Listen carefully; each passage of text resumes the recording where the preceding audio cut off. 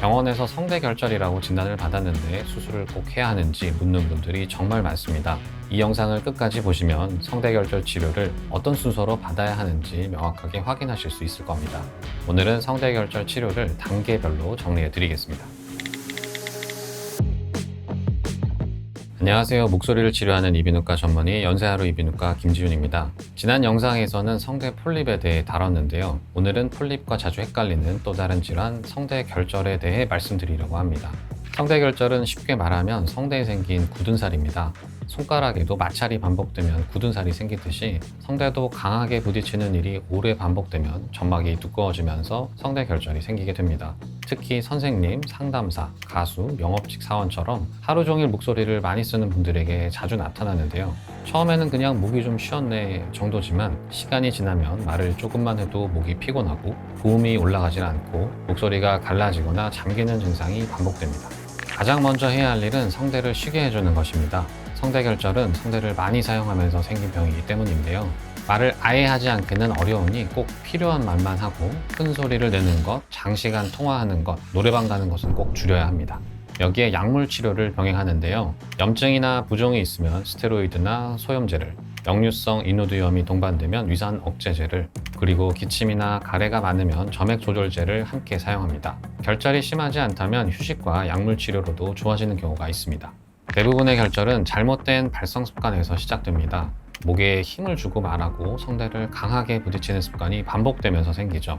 그래서 잘못된 습관을 교정하면 결절을 치료할 수도 있고 재발을 막을 수도 있습니다. 발성치료는 발성치료사 선생님과 1대1로 진행하는 일종의 음성교정 트레이닝이라고 생각하시면 되는데요.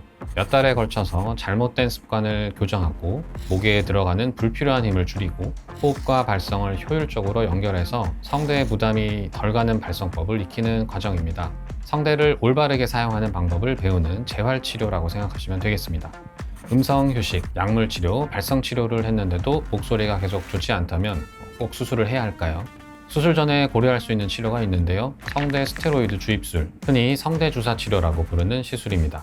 성대병변에 스테로이드라는 항염증 약물을 직접 주입하는 방법인데요. 스테로이드가 결절 내부의 염증 반응을 줄여주고 결절 조직을 부드럽게 만들어 점차 작아지게 합니다. 부분 마취로 짧은 시간 안에 진행되고 일상 복귀에 큰 제약이 없다는 장점이 있습니다. 다만 결절이 단단하게 굳어 있을수록 한 번의 치료로는 충분하지 않고 반복적으로 시술해야 효과를 볼 수 있습니다. 그래서 결절은 단단해지기 전에 치료를 시작하는 것이 가장 좋습니다. 성대 주사 시술에 대한 자세한 내용은 다음 영상에서 따로 다루도록 하겠습니다.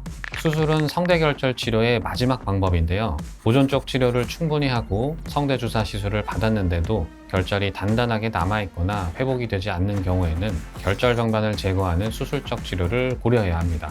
성대결절 수술은 성대 점막을 최대한 보존하면서 병변을 정교하게 다루는 것이 핵심이며 수술 후에도 발성 치료가 함께 이루어져야 재발 가능성을 낮출 수 있습니다.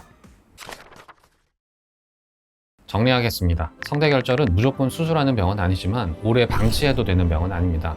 성대결절 초기에는 음성휴식과 약물치료 그리고 발성치료를 통해서 잘못된 발성 습관을 교정하는 것이 굉장히 중요합니다.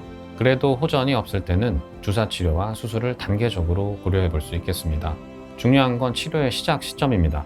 결절은 단단해질수록 치료가 어렵기 때문에 이른 시점에 치료를 시작할수록 회복이 빠릅니다. 성대결절은 치료가 안 된다고 생각하시는 분들이 의외로 많은데요. 하지만 단계에 맞춰 일찍 치료를 시작하면 충분히 좋아질 수 있습니다. 목소리 때문에 고민이 있으시다면 구독하고 함께 해주세요. 연세하루 이비인후과 김지윤 원장이었습니다. 감사합니다.